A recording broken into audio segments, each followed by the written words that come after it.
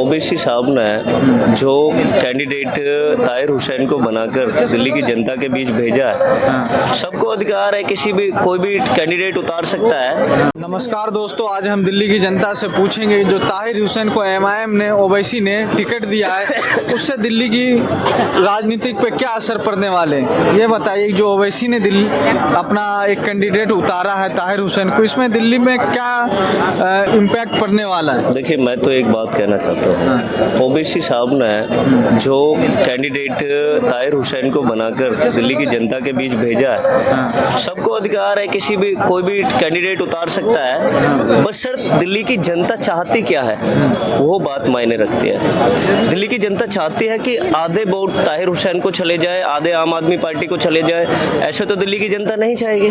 दिल्ली की जनता बहुत ज़्यादा, मैं तो मानता हूँ कि जिस प्रकार से भारतीय जनता पार्टी देश के अंदर डिवाइड एंड रूल की पॉलिटिक्स को फॉलो कर रही है, वो पॉलिटिक्स को फॉलो कर रही है और देश के अंदर प्रचार प्रसारित एक डिवाइड एंड रूल के नाम से भारतीय जनता पार्टी का इस देश के अंदर हो रहा है। तो मैं तो आरोप भी लगाया जाता है ओवैसी पे कि वो बीजेपी की ये बी टीम है। क्या लगता है ये बी टीम है? देखिए, बी टीम है या ए टीम है ये तो मुझे नहीं पता, बट मैं तो एक बात कहना चाहता हूँ कि आम आदमी पार्टी के कैंडिडेट को वहाँ की जनता जो है, जहाँ तक है, वो चाहेगी कि दिल्ली की जनता बहुत ज़्यादा समझदार है। 90 से 92% लोग यहाँ के जो वोटर हैं, दिल्ली की धरा के जो वोटर हैं, वो बहुत ही ज़्यादा वेल एजुकेटेड एंड ब्रेन से बहुत ज़्यादा स्ट्रॉन्ग है।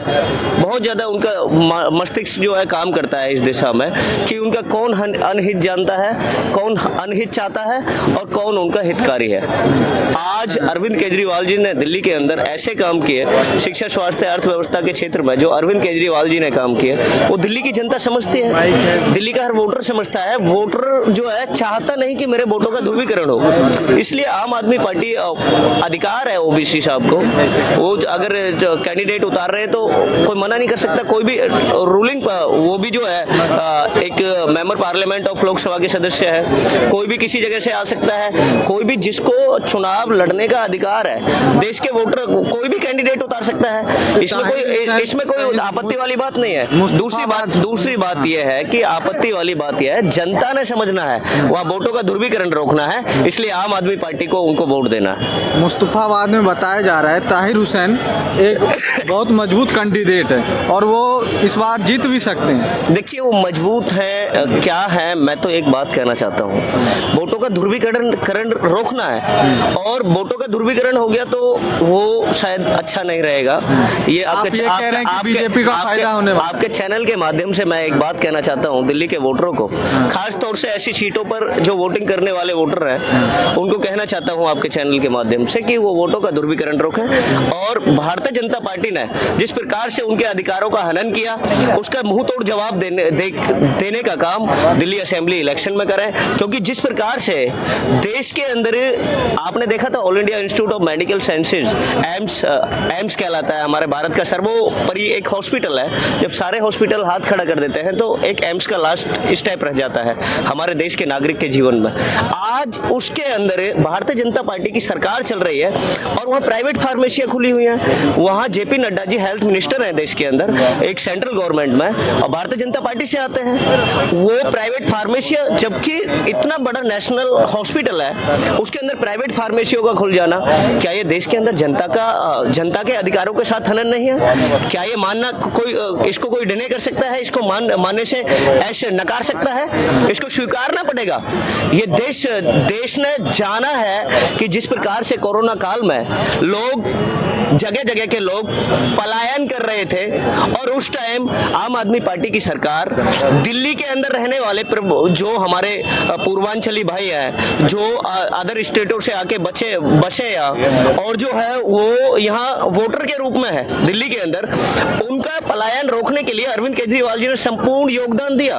5,000 रुपए का योगदान राशि अरविंद केजरीवाल जी ने रिक्शा चालकों को दिया, उनके घर खाद्य सामग्री पहुंचाई। ये अरविंद केजरीवाल जी की जनता जो है उनका कभी भी इस प्रकार का जो एहसान है कभी भी नहीं भूल सकती। आप मेडिसिन के नाम पर देश के अंदर कितना लूटा जा रहा था, आपने देखा। एम्स की बात मैंने बताई, सफदरजंग की बात मैं बता रहा हूँ, आरएमएल की बात मैं बता रहा हूँ। जो सेंट्रल गवर्नमेंट के मिनिस्टर हैं, भारतीय जनता पार्टी के मिनिस्टर हैं अभी सिटिंग में, जेपी नड्डा जी, जगत प्रकाश नड्डा जी, वो देश के अंदर क्या उस धांधली को रोकने में सक्षम है? चाहते हैं वो देश को लूटना। ये गरीबों की जेब पर डाका डालने का काम करते हैं। बड़ा आदमी तो जो कैपेबल व्यक्ति है, जो देश के अंदर साधन संपन्न व्यक्ति है, वो तो अपने प्राइवेट बड़े बड़े सुपर स्पेशलिस्ट हॉस्पिटल में जाके इलाज ट्रीटमेंट ले लेगा ना। गरीब आदमी कहाँ जाएगा? एम्स में जाएगा, सफदरजंग में जाएगा, राम मनोहर लोहिया में जाएगा। लेकिन वहीं भारतीय जनता पार्टी के शासन काल में आज वह प्राइवेट फार्मेसियां खोली जाती हैं। आज वहाँ 1.5 लाख 2 लाख के आसपास का ऑपरेशन होता है।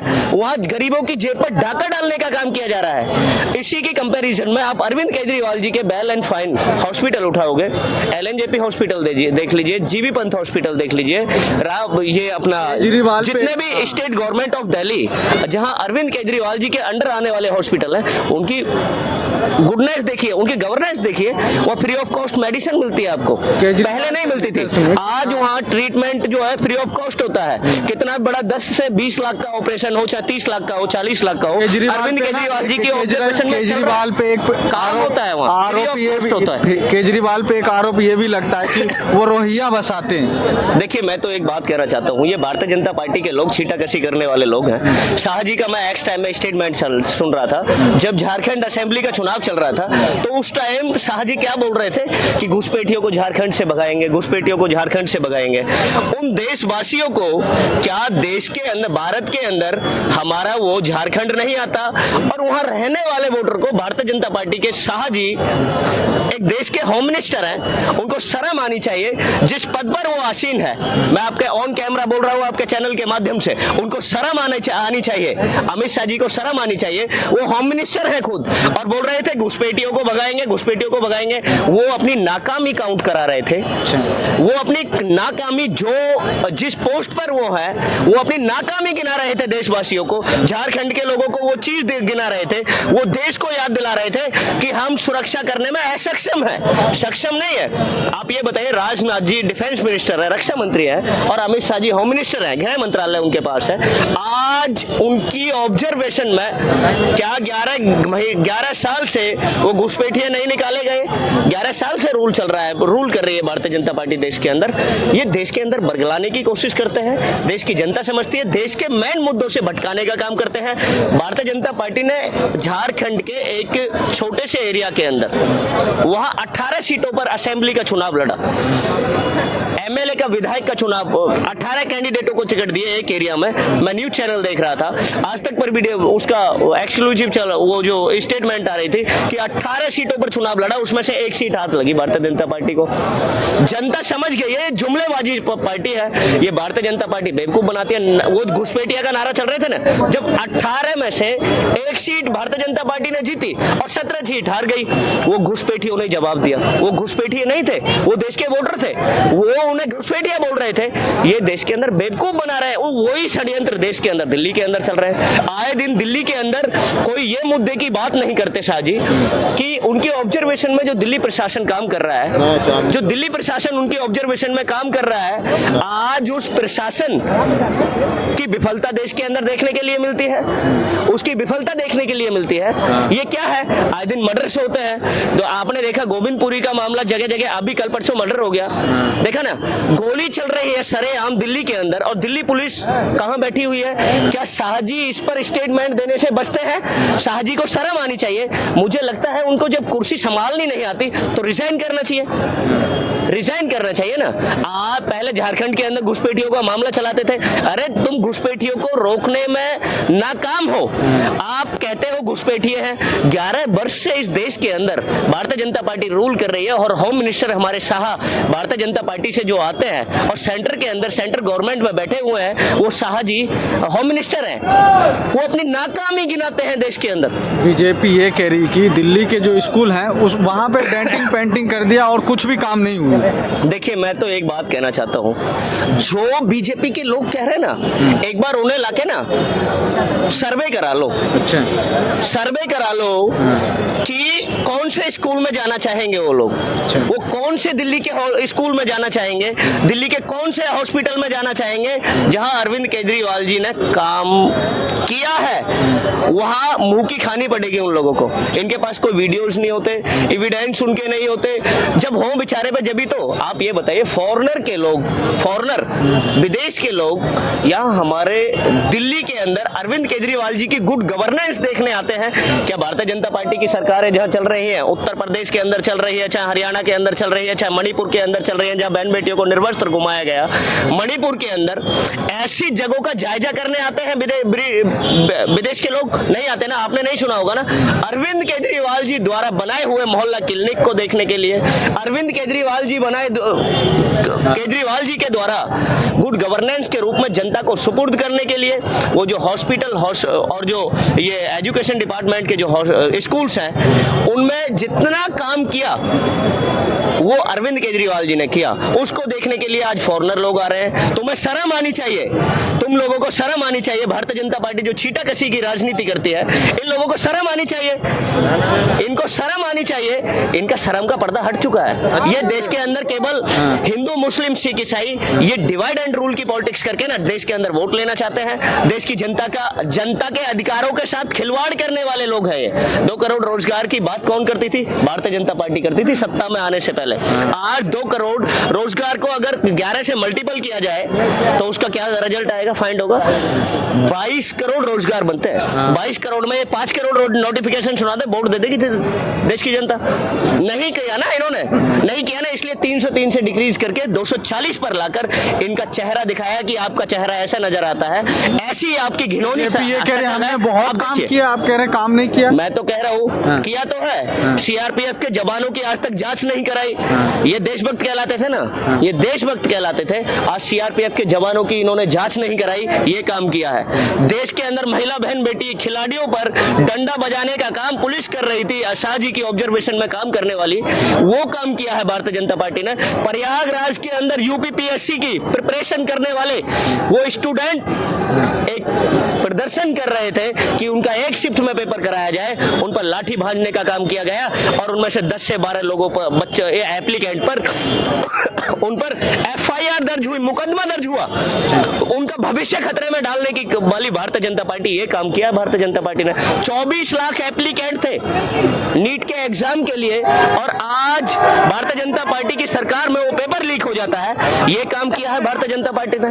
आप ये बताएं, ये काम किया है Bharatiya Janata party. 70 paper leak हुए भारतीय जनता पार्टी की 7 साल की गवर्नमेंट में। ये देश देख रहा है। 1 मिनट, 2025 में आपको क्या लगता है किसकी सरकार बनने वाली? बीजेपी भी इस बार बहुत जोर से लगी पड़ी, आपको क्या लगता है किसकी सरकार बनने वाली? देखिए, दिल्ली के अंदर तो दिल्ली की मूलभूत सुविधाओं के अधिकारों का पक्षधर रखने वाली अरविंद केजरीवाल जी की सरकार बनने वाली है। दिल्ली की जनता समझ रही है, उनके अधिकारों की अगर कोई बात करता है तो वो एक अरविंद केजरीवाल है।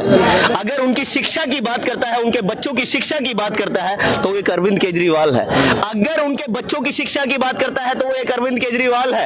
अगर उनके बच्चों की हेल्थ फैसिलिटी की बात करता है तो एक अरविंद केजरीवाल है। अगर कोई उनकी महिला घर की बहन बेटियों को मुफ्त में डीटीसी में यात्रा कराने का काम करता है, जो आज तक भारतीय जनता पार्टी नहीं दे पाई, ना विपक्ष की कोई सरकारें दे पाई, वो अरविंद केजरीवाल है। वो मुफ्त में यात्रा कराने वाले महिला बहन बेटियों को दिल्ली के अंदर, वो अरविंद केजरीवाल है। दिल्ली के अंदर आप ये बताइए, जब आतिशी मरलेना जी के ऑब्जर्वेशन में अरविंद केजरीवाल जी के किसकी बनने वाली? अरविंद केजरीवाल जी की सरकार बनेगी। शिक्षा, स्वास्थ्य, अर्थव्यवस्था, यही इंपॉर्टेंट पॉइंट होते हैं ना लाइफ के, जीवन के, हमारे दिनचर्या में इस्तेमाल होने वाली चीजें। एक तो स्वास्थ्य, एक शिक्षा और एक अर्थव्यवस्था। शिक्षा, स्वास्थ्य, अर्थव्यवस्था, health, education and economical system, उस डिपार्टमेंट में काम करने वाली वो आम आदमी पार्टी। आज तक आप देखिए, भारतीय जनता पार्टी की उत्तर प्रदेश के अंदर सरकार चल रही है, हरियाणा में सरकार चल रही है, मणिपुर के अंदर सरकार चल रही है, उत्तराखंड के अंदर सरकार चल रही है। 18 के अबव इनके वो स्टेट है जिनके अंदर भारतीय जनता पार्टी की सरकार सरकार है और वहां का ग्रेड पे उठाइए 19,500 के अबव किसी का भी ग्रेड पे नहीं है। चाहे उत्तर प्रदेश की बात हो, चाहे किसी भी भारतीय जनता पार्टी के शासित प्रदेश की बात हो, अगर वो 19,000 प्लस कोई ग्रेड पे देता है तो वो अरविंद केजरीवाल जी की सरकार देती है। महिलाओं की सम्मान की बात 1,000 राशि देने वाली वो आम आदमी पार्टी। 2100 इंक्रीज करा जाएगा। अरविंद केजरीवाल जी की विचारधारा पर जनता को भरोसा है। उन कामों को बढ़ाने का काम दिल्ली की जनता करेगी। जय हिंद, जय भारत।